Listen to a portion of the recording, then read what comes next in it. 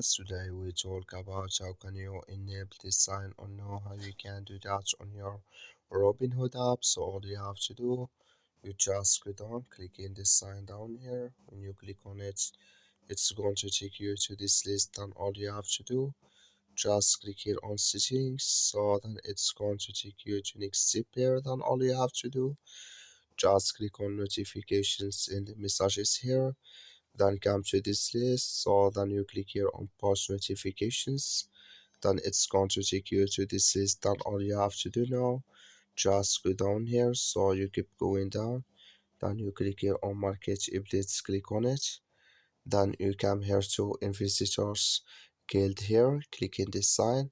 Then like you see this color show for us, that's main visitors guild enable with us now. That's all you have to do.